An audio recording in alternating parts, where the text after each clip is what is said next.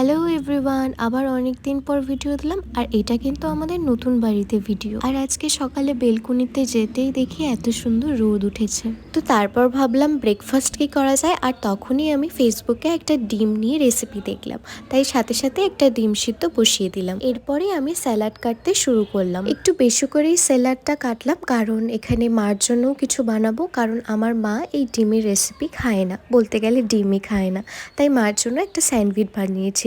এরপরে আমি রেডি হয়ে গেলাম দিদাবাড়ি যাবো বলে। আর দিদাবাড়িতে গিয়ে দেখি আমার দাদু এত এত ফুলের গাছ, সবজির গাছ, এখানে দেখো কি সুন্দর রাই শাক লাগিয়েছে, তারপর কত সুন্দর ফুলের গাছ, আলুর গাছ, সব রকম আমার দাদু ক্ষেত করেছে এখানে। যেহেতু এটা একটু শহরের থেকে দূরে, বলতে গেলে গ্রাম্য জায়গায়, তাই আমার দাদু ঘরে বসে কি করবে, তাই এগুলোই করে। আর এদিকে দেখো আমার মা কি সুন্দর আমার দিদার এই দুটো বিড়ালকে খেতে দিচ্ছে। তারপর বাড়ি যাওয়ার সময় মা এখান থেকে কিছু সবজি তুলে নিয়ে আমরা বাড়ি চলে আসি।